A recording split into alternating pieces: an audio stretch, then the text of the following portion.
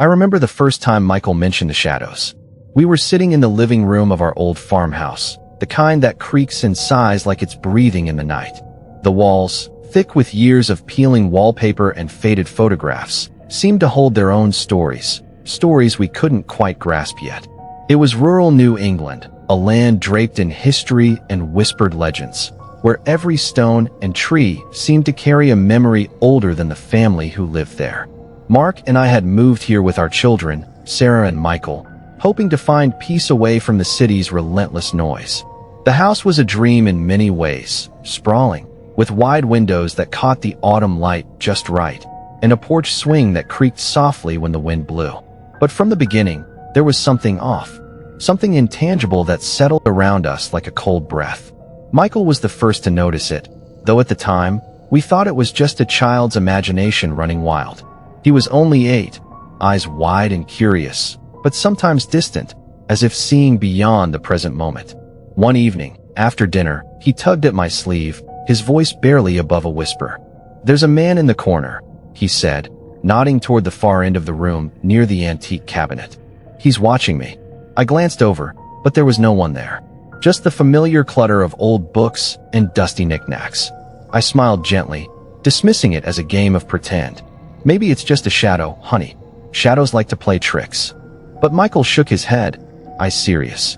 No, he's real. He doesn't like me." Mark exchanged a glance with me, eyes darkening with concern.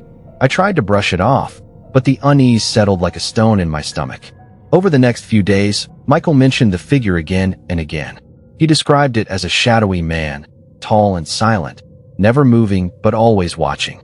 Sometimes he heard whispers too, faint and unintelligible, like voices carried on the wind but just beyond reach. We were reluctant to believe in ghosts or spirits.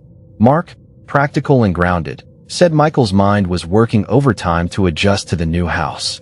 I wanted to agree, but I couldn't shake the feeling that something was different here. The air itself felt charged, as if the house held its breath, waiting. Sarah, being older and more skeptical, rolled her eyes when Michael told her about the man. "You're just scared of the dark," she said, but even she confessed to strange dreams, nights filled with shadows dancing just beyond her vision, and a coldness pressing against her skin. One afternoon, while unpacking boxes in the attic, I found a bundle of old letters tied with a faded ribbon.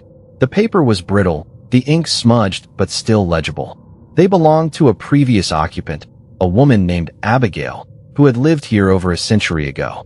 Her words spoke of a family torn apart by loss and whispered fears of a presence that haunted their nights. Reading those letters, a chill ran down my spine.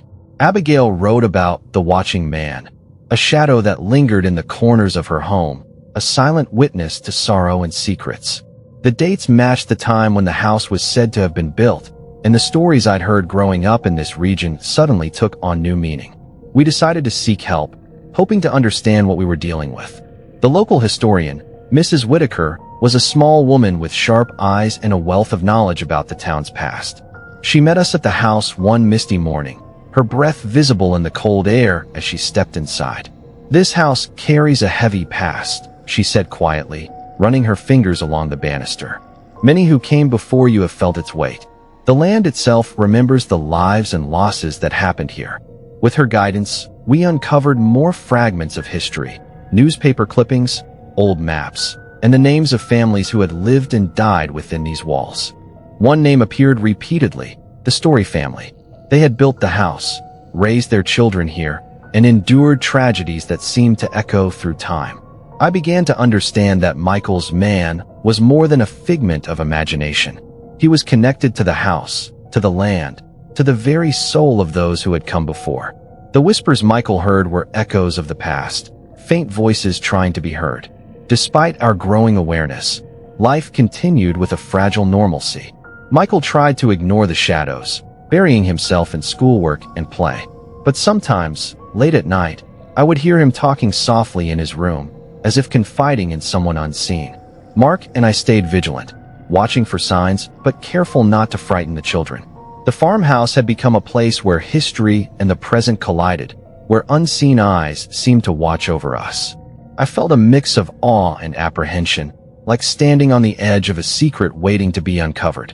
One evening, as the sun dipped behind the trees, casting long shadows across the wooden floors, Michael pulled me aside.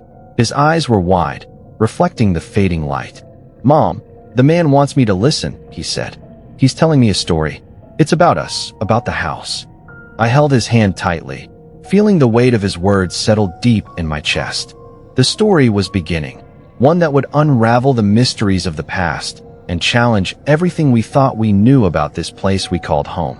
The days that followed marked a shift in the atmosphere of our home, a subtle but undeniable change that crept into the corners and settled over us like a thick fog. The shadows Michael had sensed began to take on a more tangible presence. Footsteps echoed softly through empty hallways. The faint clinking of objects disturbed the stillness, and pockets of cold air settled where no draft should have been. At first, these occurrences were small, almost dismissible. A chair slightly moved from the night before, the soft thud of something falling in the attic without explanation. But soon, the signs multiplied, growing more insistent, as if the house itself was waking to a memory it could no longer contain. Michael's behavior changed too. The boy who once found joy in the simple pleasures of childhood now sat quietly, his eyes distant and reflective. He stopped playing with Sarah as much, preferring the solitude of his room where he whispered to the unseen presence he called the man. Sometimes, he spoke in riddles, cryptic phrases that made little sense but carried a weight beyond his years. "The story of man," he said one afternoon, eyes fixed on a dark corner of the living room. "He says it's why he's here. It's his story, and now it's ours." Mark and I exchanged worried glances, unsure if Michael's imagination was weaving a tale or if he was truly touched by something beyond the ordinary. It was Sarah who first found the journal, a battered leather-bound book hidden behind loose boards in the attic. The pages were yellowed and fragile, filled with elegant script that chronicled the lives of the Story family, the original inhabitants of the house. As we pored over the journal, the words painted a picture of joy and sorrow intertwined. The Story family had built this home with hope and love, but their days were shadowed by loss. Abigail Story, the woman whose letters I discovered earlier, had written about a presence that lingered, a silent observer she called the man. According to her entries, he was not a spirit seeking harm but a witness to the family's trials, a shadow cast by the weight of grief and secrets. We learned that the house had witnessed tragedies, a child lost to illness, a husband who vanished without explanation, and a mother who kept the house alive with whispered prayers and quiet strength. The journal hinted that the story of man was a cycle of sorrow and remembrance, a thread that connected past and present. Determined to understand, we reached out to Father O'Malley, the local spiritual advisor, an older man with kind eyes and a steady voice. He had served the community for decades and was known for his gentle approach to matters of faith and the unknown. He came to the house one cool evening, carrying a small satchel filled with candles, holy water, and a crucifix. Walking through each room, he listened carefully as Michael described the man and the whispers. Father O'Malley nodded thoughtfully, explaining that sometimes spirits linger not out of malevolence, but because of unfinished business or pain that refuses to let go. "This house," he said quietly, "is heavy with memories. It's as if the past is reaching out, asking to be heard and understood." He suggested a simple ritual, a way to honor the spirits and invite peace. We gathered in the living room, the air thick with the scent of burning sage as Father O'Malley recited prayers and sprinkled holy water along the baseboards. Michael sat close to me, watching intently, his fingers clutching mine as if seeking comfort. For a moment, the house seemed to still, the oppressive weight lifting slightly. But as the ritual ended, a cold draft swept through the room, and I caught a flicker of movement in the corner of my eye, a shadow retreating into the darkness. In the nights that followed, the phenomena intensified. Doors creaked open on their own, the soft murmur of voices drifted through the halls, and the temperature dropped inexplicably in certain spots. Sarah began to have vivid nightmares, waking in the early hours, trembling and clutching her blanket as she spoke of figures reaching out to her, silent and sorrowful. Meanwhile, Michael's cryptic talk continued. He found a strange comfort in the presence he once feared. "He's telling me more now," Michael said one evening, eyes shining with a mix of fear and fascination. About the family, about what happened here. It's sad, but it's important. We felt caught between two worlds, the tangible reality of our lives and the unfolding mystery that seemed to pulse beneath the surface. The house was no longer just a home. It was a vessel for something old and aching. Driven by a need to uncover more, Mark and I returned to the attic, searching through forgotten boxes and dusty trunks. Among the relics, we found faded photographs, a locket with a small portrait inside, and a bundle of letters tied with a ribbon matching the one I'd found before. Each artifact felt charged with emotion, as if the past were pressing itself into our present. One photograph showed a young boy with solemn eyes, standing beside a woman whose face was etched with both love and sorrow. Michael studied the picture for hours, murmuring names and dates he'd heard whispered in his dreams. The historian, Mrs. Whitaker, helped us connect the dots. She explained that the boy was likely the child lost to illness, the one Abigail had mourned so deeply. The shadows Michael saw were perhaps echoes of that loss, memories that refused to fade. As the days wore on, our family's routine unraveled. Sleep became fragmented, the children's laughter quieter, overshadowed by the weight of unseen eyes. The line between past and present blurred, and with it, our sense of safety. One night, I found Michael standing in the hallway, staring at a patch of wall where the paint had peeled away, revealing rough-hewn wood beneath. "He's here," Michael said softly. "He wants us to remember, to tell the story of man." I held him close, heart pounding. The presence that once frightened us now seemed to be guiding us towards something. An unraveling of secrets buried long ago, a reckoning with the sorrow etched into the very foundation of our home. Mark and I knew we had to face it head-on, to listen and understand, even if it meant confronting the darkness lurking just beyond the light. This was no longer just a haunting. It was a call to uncover the truth tangled with the shadows. The uneasy calm we had clung to unraveled one night in a way that left no room for denial. It began with a sudden slam, a door in the hallway, thrown shut with such force that the walls seemed to shudder. The sound jolted us awake, hearts pounding in the cold darkness. Sarah was the first to cry out, her voice trembling as she clung to Mark. "I saw him," she whispered. "The man. He was standing at the foot of my bed." Since then, the house had become a place of unrest. The line between the living and the unseen blurred beyond recognition. Doors slammed without wind, lights flickered erratically, and the once faint footsteps now echoed loudly through the night. We found objects displaced, books that had been neatly stacked scattered across the floor, chairs turned askew. The cold spots grew colder, chilling us to the bone even in the warmth of daylight. Michael, who had once spoken softly of the story of man, retreated further into himself. His cryptic phrases now carried an urgent tone. "He's angry," Michael said one afternoon, his voice barely audible. "He's trying to tell us something, but it hurts."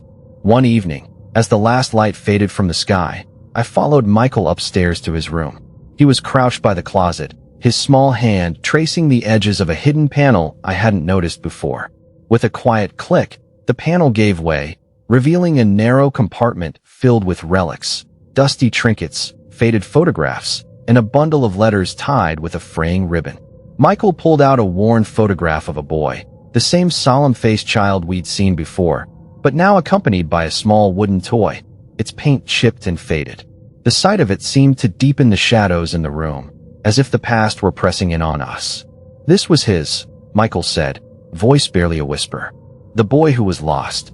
We gathered around the relics, the weight of their history settling over us like a shroud. The items spoke of a life once lived and cut short, a family fractured by grief and secrets that had never been laid to rest. The story we'd been chasing was no longer distant. It was here, tangible and raw. Sarah's nightmares worsened. She described visions of the boy reaching out to her, silent and pleading, his eyes filled with sorrow. Some nights, she would wake screaming, her small body trembling as she whispered, "He wants to be found." The strain was palpable. Mark and I found ourselves caught between protecting our children and confronting a presence that seemed to grow stronger with each passing day. The house no longer felt like a refuge but a battleground, where unseen forces clashed with the fragile threads of our family's peace. In a desperate attempt to understand, we turned once more to Mrs. Whitaker. She had spent hours researching the Story family's history, uncovering records and diaries that painted a picture of a family haunted not just by loss, but by betrayal and unresolved pain. According to her findings, the boy had died under mysterious circumstances, his passing shrouded in rumor and silence. The family's grief had fractured their bonds, leaving wounds that time had failed to heal. The story of man was more than a tale. It was a legacy of sorrow etched into the very walls of the house. One afternoon, Mrs. Whitaker brought with her an old map of the property, marked with places significant to the family's history. She pointed to a spot behind the house, where a forgotten grave lay beneath overgrown ivy, a small marker barely visible beneath the earth. "It's where the boy was laid to rest," she explained. "A place forgotten by time, but not by spirit." The revelation sent a chill through us. The presence that haunted Michael and Sarah was tied to this lost child, bound to the house by a story left unfinished. The shadows were not simply echoes. They were desperate calls for recognition and peace. As the nights grew darker, the hauntings intensified. Sarah began to refuse to sleep alone, clinging to me in terror after dreams filled with reaching hands and silent cries. Michael's whispers turned to pleas, begging the unseen to find rest. One night, I awoke to the sound of low moaning, a sorrowful lament that seemed to seep from the walls themselves. I found Mark standing in the hallway, eyes wide with fear, as a dark figure flickered at the edge of the staircase, a silhouette of a small boy, pale and translucent, watching us with eyes full of longing. It was then that we realized the haunting was not malevolent, but a manifestation of unresolved grief, a family's pain echoing through generations. The story of man was a cycle of loss and remembrance, a reminder that some wounds refuse to heal without acknowledgement. We knew we had to confront this presence, to break the hold it had on our home and our lives. But the path was unclear, tangled with history and heartache.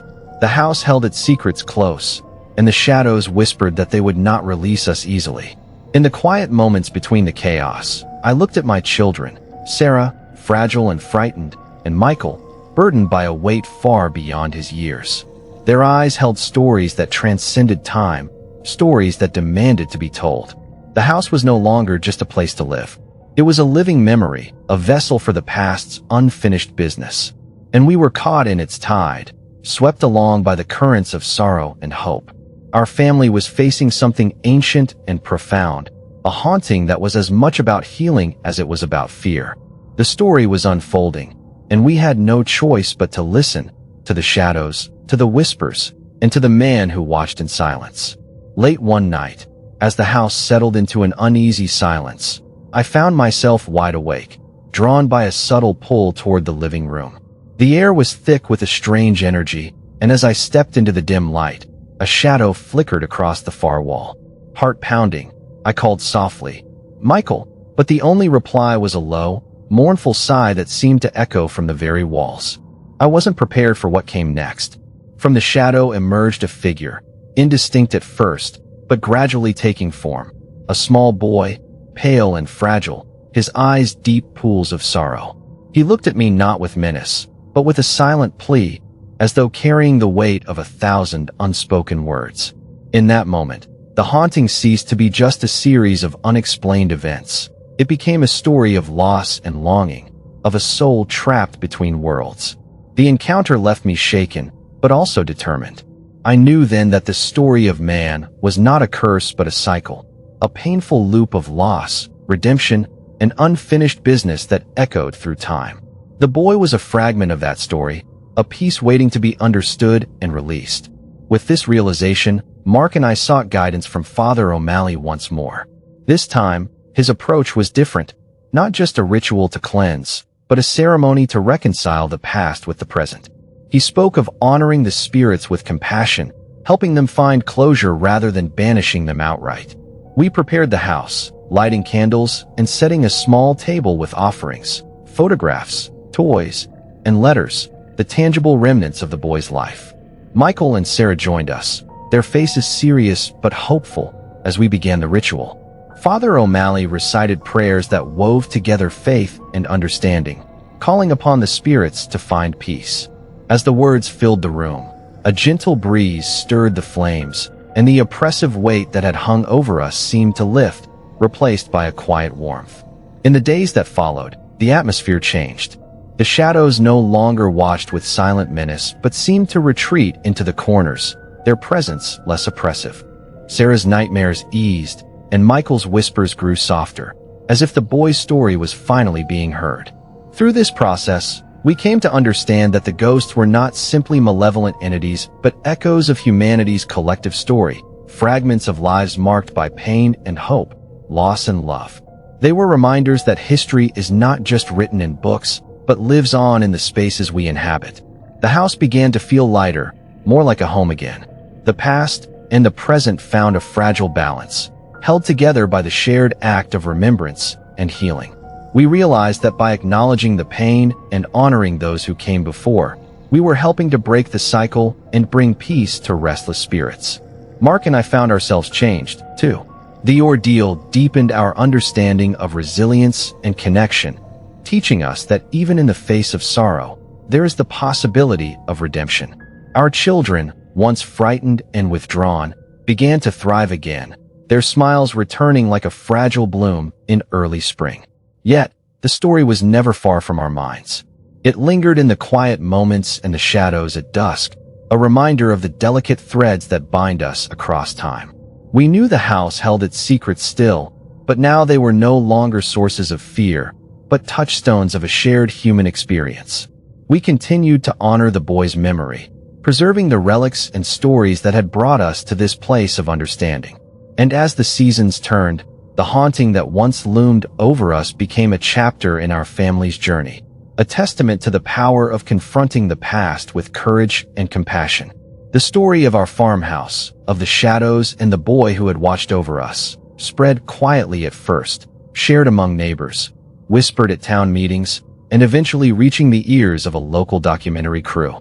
Their interest was gentle but persistent, drawn not just to the paranormal happenings, but to the deeper history woven through the land and the lives it had touched. Mark and I agreed to share our experience, hoping it might shed light on the intersection of history, memory, and the supernatural. The filming was a strange experience, cameras moving through the rooms where we had felt the heaviest moments, interviews capturing the rawness of our fears and hopes. Sarah and Michael, now more at ease, spoke openly about their encounters, their voices steady despite the weight of what they had endured. The documentary aimed not to frighten, but to explore, to understand the delicate balance between the past and present. As the project aired, the response was overwhelming. Viewers were captivated not just by the haunted farmhouse, but by the story of a family confronting history's shadows with courage and compassion. The documentary sparked conversations about preserving historical sites and respecting the spirits that linger within them, reminding people that places hold memories beyond what is visible. Mark and I found ourselves drawn into advocacy, working with local preservation groups to protect the farmhouse and other sites like it.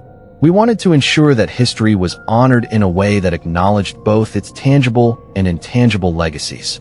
Our work became a bridge between the living and those who had come before, a way to keep stories alive and respect the unseen threads that connect us. Sarah and Michael, having faced their fears and embraced their experiences, grew into young adults with a profound sense of empathy and understanding. They often spoke about how the ordeal deepened their connection to the past and their appreciation for the resilience of those who came before them. Their perspectives were shaped not just by the haunting, but by the realization that history is alive, carried in memories, places, and stories passed down through generations. The farmhouse remains a symbol for our family and community, a place where the story of man continues to unfold, not as a tale of fear, but as a testament to human endurance and the power of connection across time. Visitors come not just to glimpse the shadows, but to feel the weight of history and the hope that comes with healing. Our story stands as a reminder that the echoes of the past are never truly silent. They call to us, urging remembrance and reconciliation. In listening, we find not just ghosts, but pieces of ourselves, woven into the fabric of a larger human story that stretches beyond the walls of any house, beyond the limits of time itself.